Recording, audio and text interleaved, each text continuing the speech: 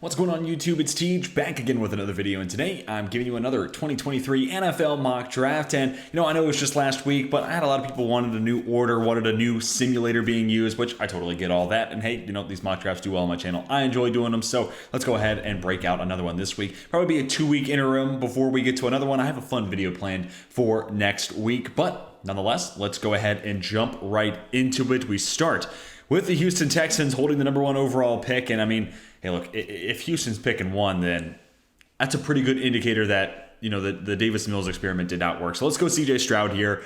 Right now, still probably QB1, but him and Young are neck and neck. I could see it either way. I think Stroud just a little bit more projectable arm and body, so I give him the edge right now and make him QB1. So Houston's certainly going to be in that market. Then we get to the Chicago Bears, and I'm going to go best player available here, Will Anderson Jr. And, it kind of comes down to, I guess, how you think the Bears feel about Justin Fields. Maybe quarterback is in play here. I kind of hope not, or I certainly hope not, because I like Fields and I still hold out hope there.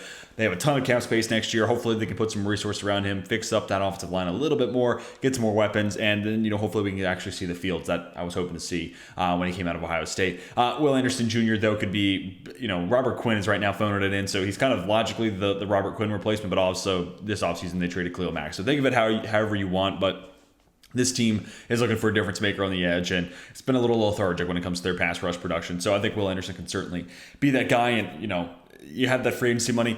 Maybe that's where you put resources and veterans, NFL-ready players around Fields, and then rejuvenate with some young talent on the defensive side. Then we get to Carolina. We'll go Bryce Young here. I don't know what they're leaning for. A head coach. I don't think it has to be an offensive-minded guy, but it kind of feels like they're potentially looking at someone like a Ken Dorsey or Ben Johnson. Maybe we'll see. But pairing up an offensive mind with a young quarterback. So we'll have to wait and see how their search goes, and it could break 1,000 different ways. So it's hard to gauge the hypotheticals right here, right now. But this team's looking for a franchise quarterback. Bryce Young, I think, could totally be that guy. Next up, Seattle Seahawks. Let's go Jalen Carter again, going BPA here. This team feels like they found their diamond in the rough at quarterback with Geno Smith, and, he's going to be playing for $25+ million a year next year. Feels like Seattle's the most likely candidate and destination for him to just kind of hang out and stay in Seattle. So for me, that makes a ton of sense, and, good on him for making the most of the weapons that he has at his disposal, because there are some assets. The tackles are holding up. It's just that defense is pretty rough. So let's start to fix that here. We're going to have 2 first-round picks with Seattle, going defense both times. So let's go Jalen Carter, get a true pass rusher and a disruptor there in the middle. Then we get to Washington, and this was a tough one because, do I want Will Levis in the top 5? I like Levis, but that feels a little rich. I've also had, I had a buddy actually the other week say, he kind of Levis makes him think of Carson Wentz, and I was like, that's probably not a good thing. And, well, let's see. Maybe even Washington wants to keep Wentz for next year. Who knows? But I'm going to go Peter Skaronski here. And my thinking is, around draft time last year, I think Washington had the 11th overall pick last year. And there were a lot of reports saying, if Evan Neal falls to them at 11, they're going to take him. He'll be a guard, and then they'll move him to tackle after Charles Leno decides to hang it up. So I could see them doing something similar here with my OT one this year, Peter Skaronski. So that's kind of the way I'm leaning right now. Could certainly go corner as well, maybe a linebacker. This is super early to go linebacker, so safety, corner also feels a little rich. But we're going to actually get to corner now with Pittsburgh. I'm going to go Keely Ringo here. This is a corner group that we haven't had a guy really solidify himself as I'm going to go in the top 10. I'm going to go top of the first round. Like 2 years ago, it was J.C. Horn-Patterson.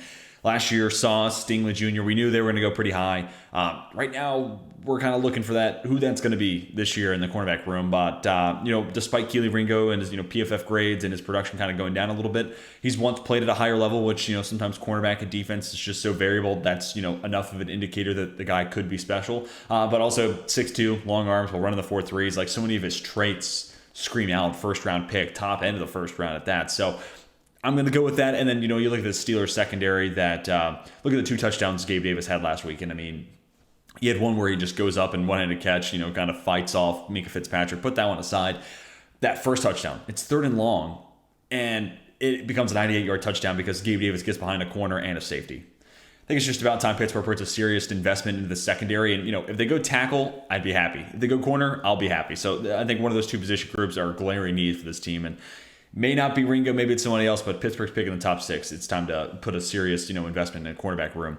Next up, the Atlanta Falcons. And, I liked their edge haul last year, but I'm going to give them Myles Murphy here. They're still the second worst, pass rush grade in PFF system. And, even if Arnold Mckee, second rounder, hits, and D'Angelo Malone, fifth rounder, hits, you're looking at a time in NFL history where rotations and depth are more and more important than ever. Teams want 3 safeties. Teams want 6 offensive linemen. They want 3 pass rushers. So if Ebiketie works, great. That could be an awesome athletic duo. Him and Myles Murphy, that could be scary. And then D'Angelo Malone figures as the DPR, or third pass rusher in that group. But Myles Murphy, all athletes, and the play is kind of backing it up there at Clemson. Kind of hard to envision him not being in the top 10, at least to where we are right now.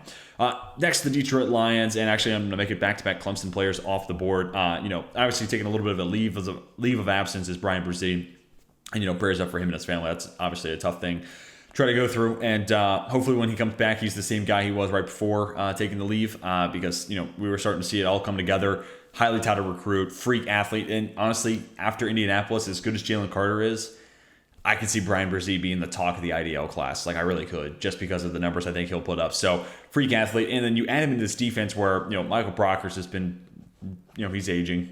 He is kind of what a upper 30-year-old D tackle kind of looks like.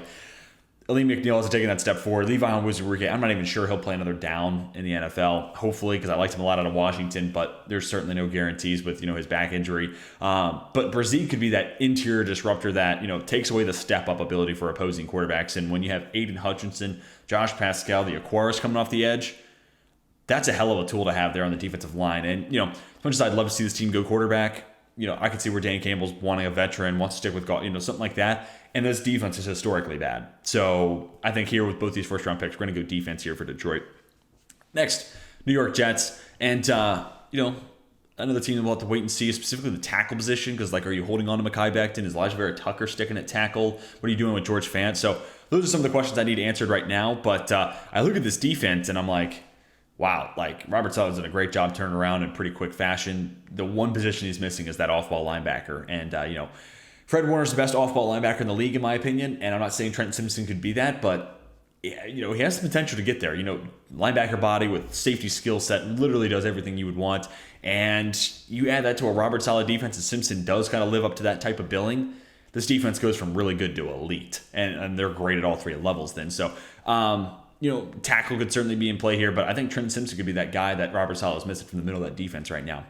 Next up, Cardinals. I'm going to go edge or corner here. I'd be totally okay with either way. I think I did corner last week, so let's go Jared Verse here, edge rusher from Florida State, who's really popped early on this season. You see the get off on the line. This is a class with a lot of dudes who get off quick. Nolan Smith, an awesome athlete. Felix and DK Ozama might be second in this class, right behind Will Anderson Jr. And Jared Verse is making an argument that maybe he's second best. So, explosive, quick off the line, and I think he's going to put up some great numbers at Indy as well. And this is a team, again, that just needs some edge rush help. So totally makes sense there from a need perspective. And after, 5 straight defensive players, we're going to flip back to the offensive side now. And Will Levis at 5 felt a little rich, but Will Levis at 11, I think, is an easier argument to sell me on. And, I look at his arm, his mobility, not great mobility, but enough mobility, and he's willing to take hits.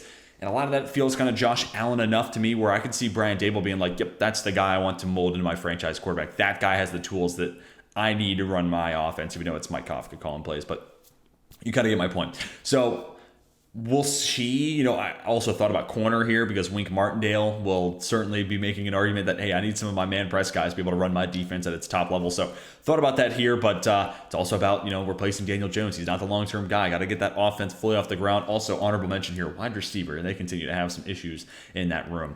Next up, Patriots. I am going to go wide receiver here. I'm going to go Jordan Addison. I think I said this last week. He's making a really strong case to be wide receiver 1 in this class. I mean, he's only gotten better after he won the Biletnikoff last season, which, says a lot. So you're looking at a crispy smooth route runner, and he's shored up some of those focus drops he had last year at Pitt, and he's just becoming a dynamic player who's putting up gaudy numbers at USC. So going to be, kind of a hard player to not have, at least in your top 3. I had I think at 3 or 4 in my wide receiver rankings. Definitely go back and check out that video if you missed it. But coming into the season, I looked at New England. I saw cornerback problem and wide receiver problem.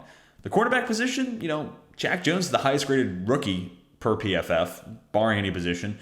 Jonathan Jones, I think, has been pretty solid. Marcus Jones, 3rd-round pick, think he can hold in the slot. They should do something on socials, keeping up with the Joneses. I mean, because those guys have really been holding it down at that cornerback spot. So now my attention turns to wide receiver, and I'm sure drafting a guy like this who could be wide receiver 1 for that team would make Mac Jones very happy. Next up, we get to the Raiders. Thought about interior disruptor here, maybe a Jaquelin Roy, maybe a Siaki Ika to, again, do something similar to what we talked about with the Lions, where it's like take away that step-up ability. And, like, when your edge rushers are Max Crosby and Chandler Jones, anything you could do to take away a tool for an opposing quarterback to evade those guys feels like a very, very valuable asset to have on your squad. But instead, trying to help out those pass rushers. Let's go Cam Smith here. Nate Hobbs, give him a ton of credit. He's done a great job transitioning from living in the nickel last year and being able to play on the outside pretty much full time. But Rocky Ya-Sin's one of those guys. I actually have somebody else later on we'll talk about in a similar, kind of light. But it's Allen Lazard. I won't hold it here. But Rocky Ya-Sin is kind of like Allen Lazard, just other side of the ball to me, where Allen Lazard versus like a league average wide receiver, the biggest point of differentiation, the biggest strength he has versus a league average wide receiver is his run blocking. And then for Rocky Ya-Sin, same argument against a league average corner. It's like his ability to make a play at the line of scrimmage, his tackling, his willingness to be an impact player in the run defense department. And like when you think about that being like the calling card of those guys, it's like that's not really that impressive to me. Like that's not the area I want you to be excellent in. Allen Lazard, I want you to get open. How about that? And the Rocky Ya-Sin, I want you to shut somebody down. Like that's really where I want to see that skill set come in. So not ideal. I think Cam Smith may not be the prospect J.C. Horton was, but I think he's great in off coverage. I think he also has the skill set to be somebody who can play at the line of scrimmage, play the little press man, which he doesn't do a whole lot of with South Carolina. But 6 foot, right around 190 pounds, doesn't quite have the grab issues and the holding issues that Horn had as well, getting a little handsy down the field. But I think Cam Smith's going to be a really solid prospect, and let's get some legitimate outside corner talent in Vegas. Try to shore up that defense a little bit more. And I'm actually going to stay in the cornerback position. I'm going to go Joey Porter Jr. here. Year over year at Penn State, just gotten a little bit better, and the production's kind of shown. And I look at him at 6'2", kind of feels like a Seattle corner. Granted, I don't know if Pete Carroll's going to be coaching this team. I don't expect him to be, actually. But Tariq Woolen, not perfect yet, but he's created a couple of turnovers. And I think about a Seattle defense where you've already added Jalen Carter. Then you could look at a cornerback group where it's like 6'4" on one side and Tariq Woolen, and 6'2" on another with long arms and Joey Porter Jr. And of course, son of former NFL player Joey Porter, and again, that year-over-year gradual progression in Penn State Power 5 conference. That's all going to create a very compelling resume for Joey Porter Jr. So, top half of the first round, I think, is totally in play for Joey Porter Jr. I think he'd be a nice fit there in Seattle. Next up, the Eagles. I'd be kind of floored if Antonio Johnson fell to 15, but if he did, this is the perfect Chauncey Gardner-Johnson replacement because, right now, no contract extension in place for Chauncey Gardner-Johnson in Philly. And you look at, they gave up draft capital to get him, but they essentially got the same draft capital value back with the Jalen Reagor trade. So it kind of ended up being a net even move. So, if they decide to let him walk because they don't feel like paying him, there's not really a huge sunk cost there with Chauncey Gardner-Johnson. And then you look at Antonio Johnson, who, if we're ranking nickel corners, he's my number one guy. If we're ranking box safeties, he's probably my number one guy. If we're ranking free safeties, he might be the number one guy for me there. So true impact, versatile guy, which fits in the mold of Chauncey Gardner-Johnson. Just Antonio Johnson does that at 6'3", 200 pounds. So you get a bigger guy as well. So feels like a perfect situation. I don't think he falls here, but hey, in this mock he did. So next up, Houston Texans. Let's stick on defense. Let's go Isaiah Foskey. Again, I don't think this team is going to be sticking with their current head coach, kind of like we talked about with Seattle. I don't think Lovie Smith's the long-term guy, but they do keep that, that four-man base. Or, you go into nickel, you get a four-man front. I think Isaiah Foskey, 6'5", 275, kind of fits that. Good with his hands, physical, violent with his hands, I would say even, and, good enough athlete. I think he's a solid athlete at that. And could have been a late first-rounder, early second-rounder last year, so another year of getting better, putting more production on tape, and playing for Marcus Freeman and a good defense in Notre Dame. Feels like it might only improve his draft stock. So again, another player we'll have to wait and see. But feels like a nice fit for that Houston defense where Jerry Hughes is kind of doing the heavy lifting in the hurries and pressure department. Which I was excited to see what Jonathan Grenard and Ogbonnia Okoronkwo could do this year. Okoronkwo on a 1-year deal, but they could bring him back if they like him. But those guys just haven't really lived up to what I was hoping they would be able to do. And instead, again, it's been Jerry Hughes kind of doing the heavy lifting. So I look at this Houston team, and it's like, all right, our 2-year blueprint. Now we got C.J. Stroud. We needed an edge rusher for our Super Bowl window to once we get to our Super Bowl window that we can feel confident about. And I think Foskey could develop into that guy. Switching sides now, let's go offensive side of the ball for the Jacksonville Jaguars. And the question still remains for Jackson Smith-Njigba. Can he prove that he can play on the outside? Can he have that Justin Jefferson-esque transition? going from full-time slot to full-time outside wide receiver. If you can, I think this could be the last piece that that Jacksonville offense needs. I'm still not over the moon with that offensive line, but they've crept back towards average. I give them credit; they've been better than I expected. And if JSN can be that number one guy, next thing you know, Christian Kirk becomes target number 2, and then Zay Jones becomes the third guy in the offense. Everyone just gets better matchups, and then maybe where people were excited about Trevor Lawrence. Oh, has he turned a corner after week 2? Oh, is he there after week 3?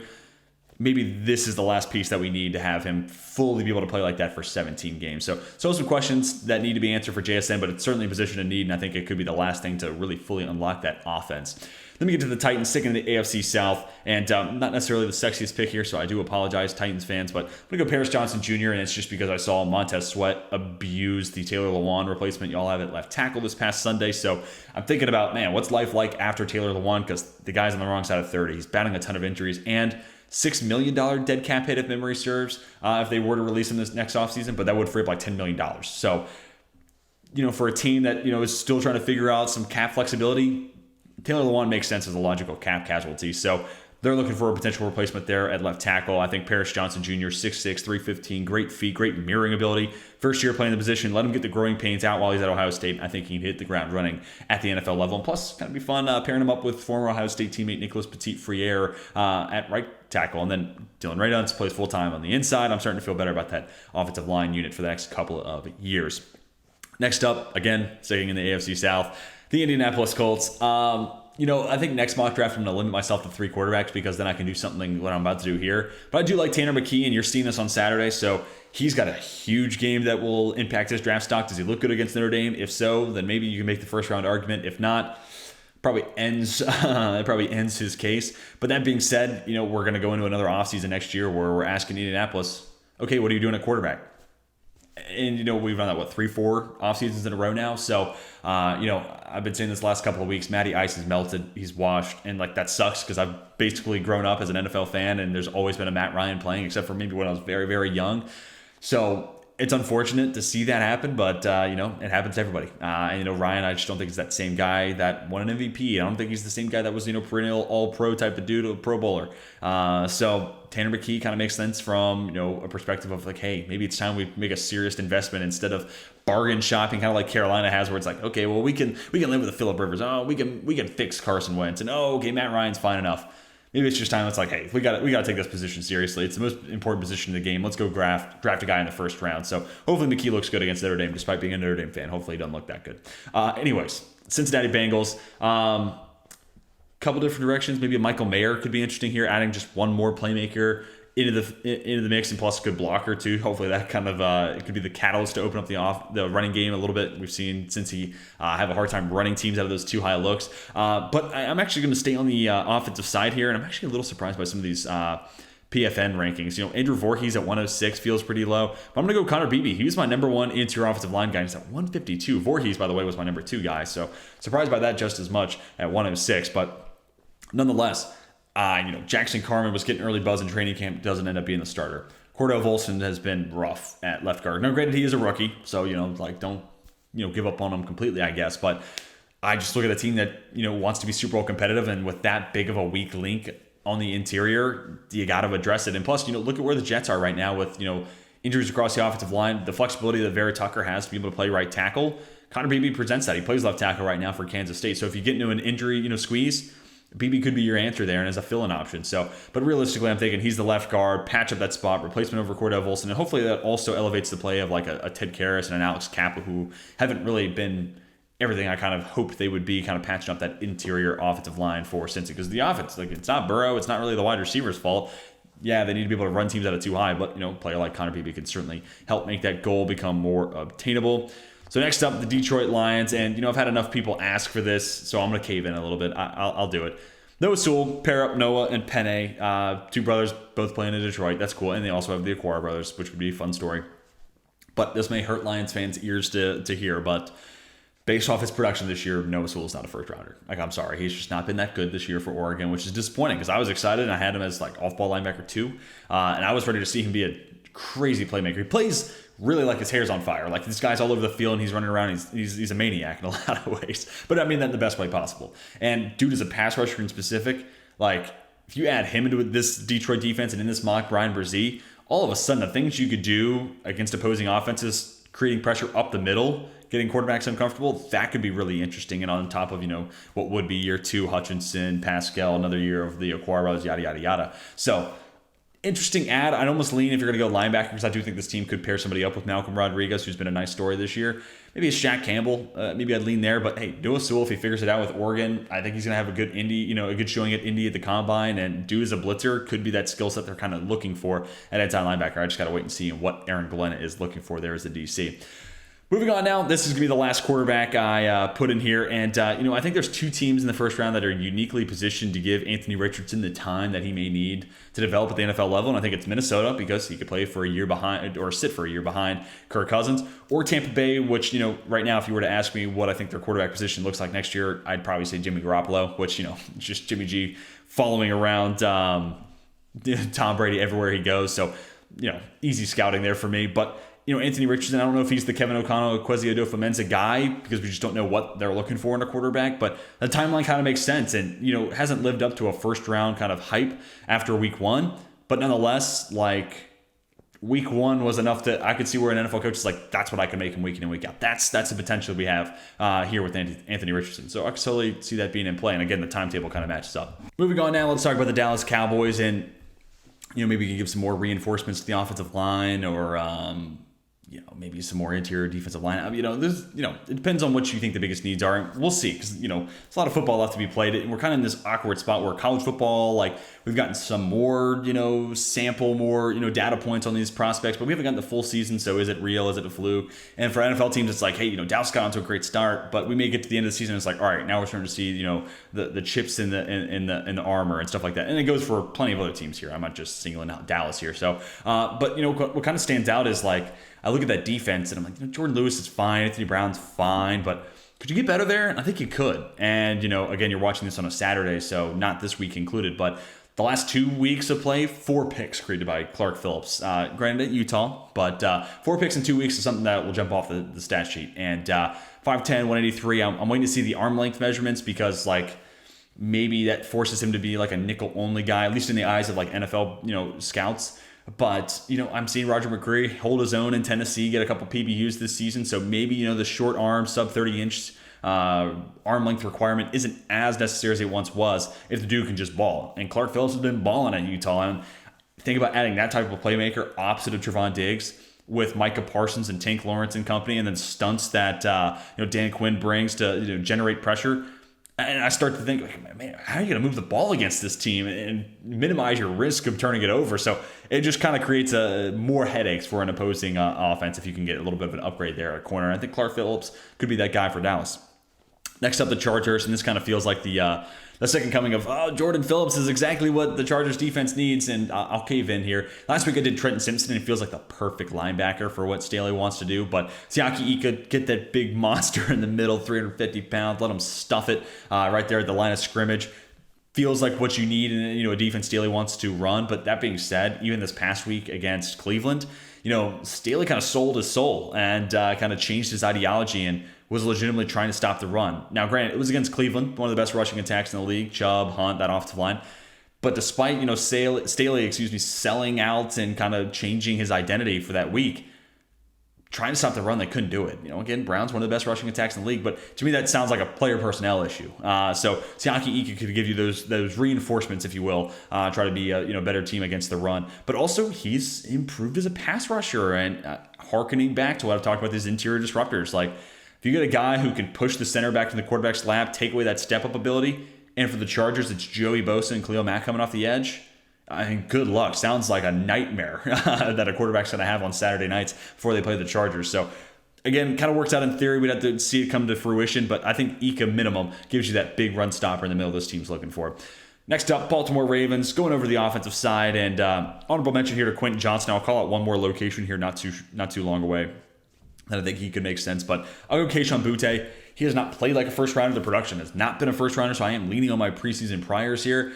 But I just look at this Baltimore team. It's like, during free agency, I'm like, sign a Will Fuller. Makes a ton of sense. And even now, make a trade for Robbie Anderson. Add that 4.3 speed. Add that downfield burner back to this offense, because their run-heavy approach forces DBs and safeties to play close to the line of scrimmage. And that's why you would get Hollywood Brown open over the top. And now they just don't have that guy. Like Bateman has made some plays down the field. He's come up with some good contested catches. And Mark Andrews is good, but he lives over the middle of the field between the hashes. So it's like if you add that deep downfield speed, that 4.2, 4.3 speed, like a Kayshon Boutte has, it's like, okay, yeah, the defenses are back into a box with how do you defend this team, because I have to respect the run. I have to be able to play it up. But then the second I creep up too far, Boutte's behind me. So that's kind of the situation. That's the rock and a hard place that the Ravens need to try to put teams, pinned between. So I think Boutte kind of adds that element. So needs to play better, needs to get himself back into the first round conversation to make this happen. But he's definitely the guy, I think, that this offense, that last piece that they're missing. Next up, Miami Dolphins, and kind of another example of kind of a missing piece here. I'm going to go edge. I thought about Felix and DK Uzama. I think he's worthy of being a first rounder, but I'll go Nolan Smith, highly touted recruit, freak athlete. You've heard me say this 1,000 times, but also a guy who's starting to piece together at Georgia, made some strides as a pass rusher and really put it together as a high-level run stopper this year for the Bulldogs. And I think that makes me feel confident about that being able to translate and him continue to grow as a pass rusher once he gets to the NFL level. And then I look at this Miami defense, and it's like, Christian Wilkins is an animal on the inside. And Jerome Baker's played a really good season. And Javon Holland is all over the field. You can do anything with him.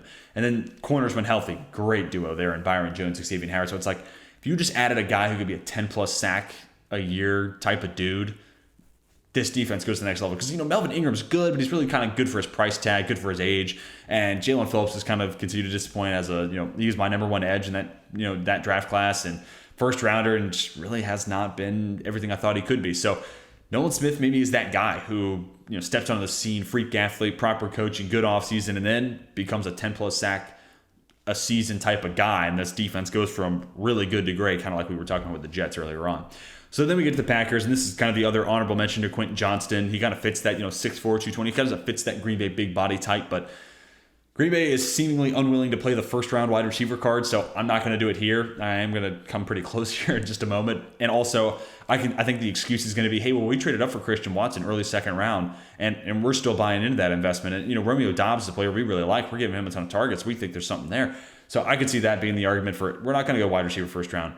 But that being said, kind of harkening back to Alan Lazard, his blocking ability being something that Matt LaFleur really covets and really appreciates in that offense. Maybe Michael Mayer, it's like not a wide receiver, but maybe this could be the middle ground where it's like Matt LaFleur says, he's a good enough blocker. He helps my running game. And, we need another pass catch. We need to get better at tight end. Aaron Rodgers could like him. I could see that maybe being enough. But obviously, first round pass catcher is something we don't see a whole lot of from Green Bay. But I think Mayer would be a fantastic fit. And he may go well higher than 27. Next up, Tampa Bay Buccaneers.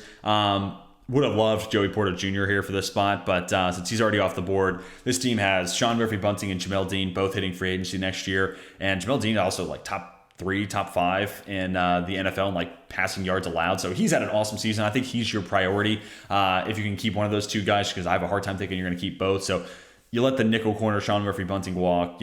Business is business. So let's go ahead and add another corner to that room, and could go Eli Ricks, still trust the talent there. Chris Abrams-Drain could be a really interesting nickel guy if you are looking for a straight-up nickel replacement. Also could be a strong safety type. I'm also kind of throwing around the idea, what if they add a safety? Apparently they kind of liked Lewis Seen last year. And then if you move Antoine Winfield Jr. full-time to the nickel, that could be hot. But instead, I'll go Tyreek Stevenson. Played really well this year at Miami. 6 foot, right around 190 pounds if memory serves. And you keep him in state, which is always a fun storyline. But again, this kind of comes back to Tampa Bay. I could see them going first round corner because they got to replace one of those two big names that's going to be hitting free agency.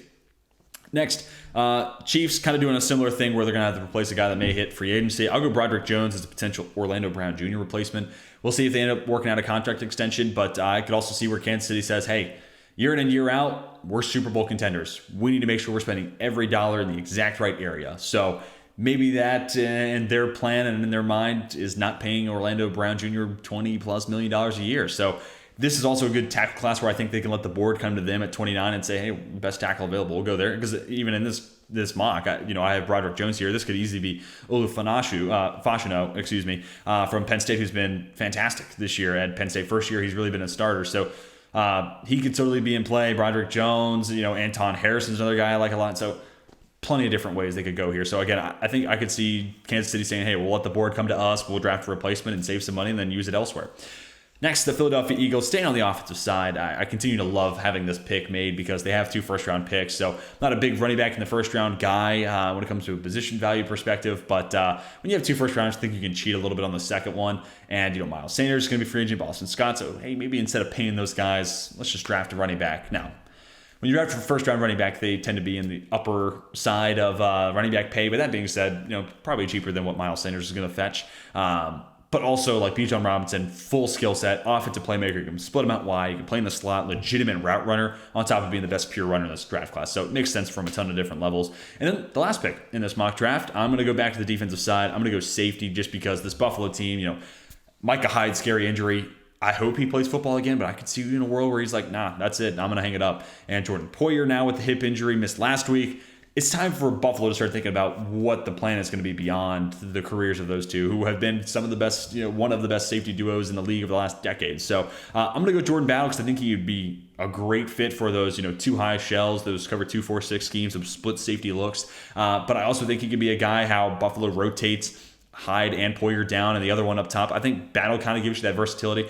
That being said, I do feel better about Jordan Battle as like maybe the guy who rotates down at the line of at the first down marker, and that's kind of his zone assignment versus like being the deep safety type because he's not necessarily the world's most unbelievable athlete. So all that aside, I think he would make a total, it makes total sense as a replacement to one of those safeties as they continue to get older and older. So Jordan Battle is going to round out our first round of this mock draft. I'll go ahead and move myself out of the way, showcase this first round one more time so you get another look at it. But that's going to do it for this mock. Tell me what you think down below in the comment section. Who do I have too high? Who do I have fallen too low? Who's your favorite team? Do you like the player I had them selecting? Or if not, give me another fit that you think would be better for that squad. Love to have your thoughts down below in the comment section. This truly is a conversation, so let me hear your thoughts. I respond to every comment. Let's talk about it down below.